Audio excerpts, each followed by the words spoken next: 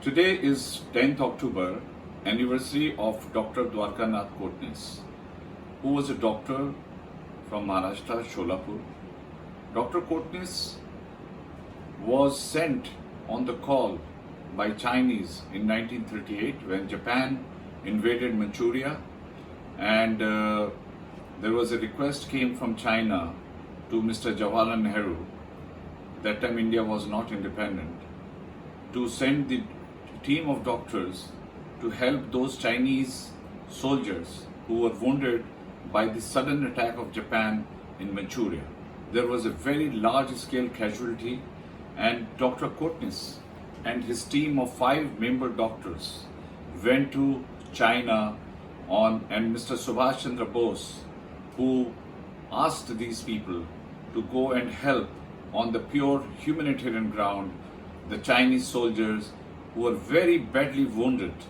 There was actually completely catastrophic devastation in Manchurian area, and China was completely looking forward to help from Indian top medical doctors, and Dr. Kotnis was one of them. Dr. Kotnis was very young when he went there, and most of the doctors returned, but Dr. Kotnis, his love for China, he stayed back. He married a Chinese girl who was his nurse, and his son was born from that wedlock. And son name he kept Hind Yuan, means India and China.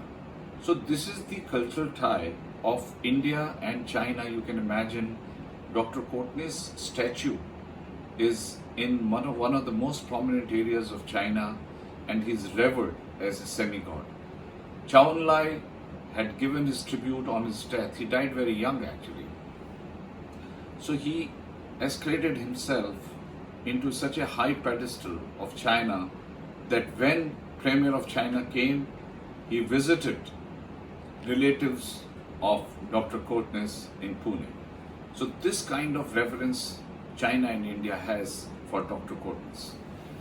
So today, being 10th October, October is a very important month in terms of the apostles of peace. One of the major apostles of the peace is Mahatma Gandhi, who was born on 2nd October, Lal Bahadur Shastri, who was born again on 2nd October, and 10th of October, you have Dr. Dwarkanath Kotnis' birth anniversary, which is today.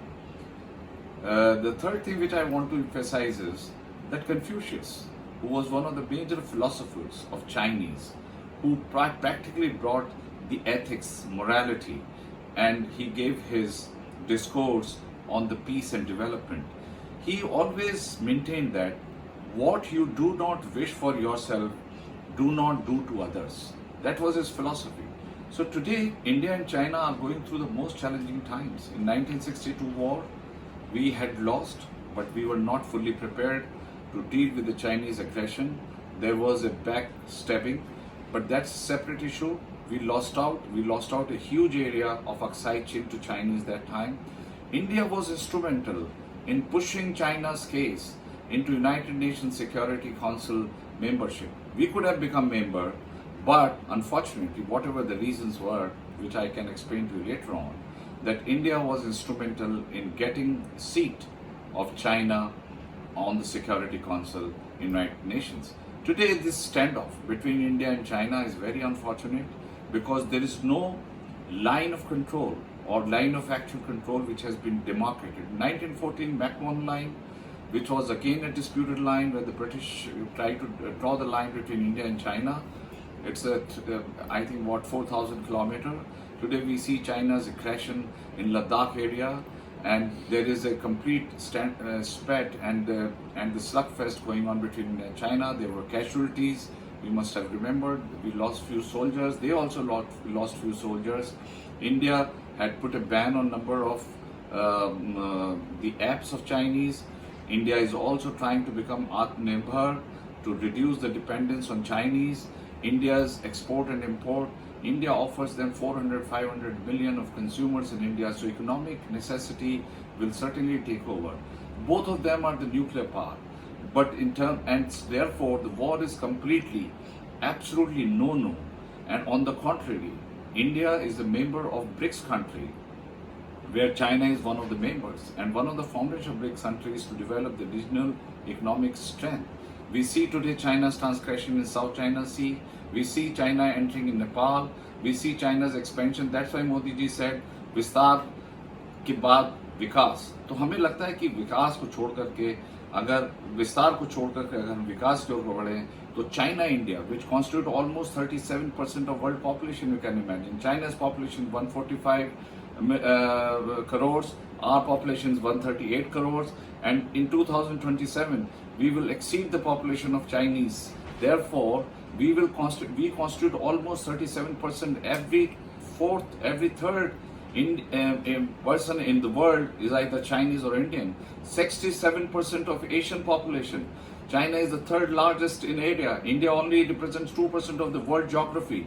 So we both of our superpower economically developing very, very fast. We are the third largest economy in the PPP terms and the fifth largest economy in the nominal term.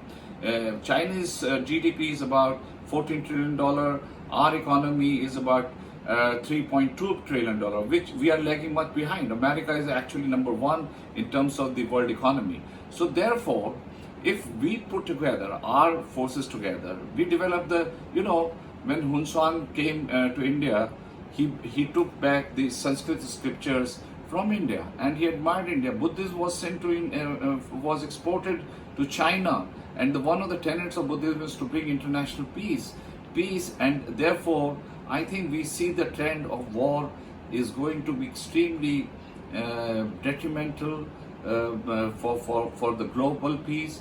This is the time, COVID time is going on.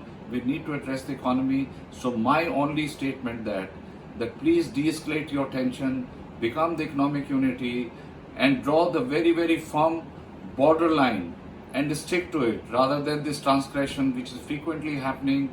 There are scuffle going on between the Indian army and Chinese army. I don't think it's going to serve the purpose. It is a mutual annihilation, mutual destruction program between India and China. So on this day, if really we want to serve the dedication which Dr. Courtness gave to China, I think India and China need to resolve the 5-point principle which happened between the foreign minister and Chinese counterpart, that they need to not to develop the differences into dispute. They need to freeze the line of control so that there is no confusion. Today there is a confusion about whose line of control. So therefore, we need to withdraw all the armaments. We need to develop a peaceful equations, and countries put together, I think, can be the most powerful country in the world. And this regional hub, rather than confrontation, it should lead to cooperation. So my request, my appeal to the world is that China and India should avoid confrontation and turn into very active cooperation so that the world has a sustainable peace model. Thank you very much.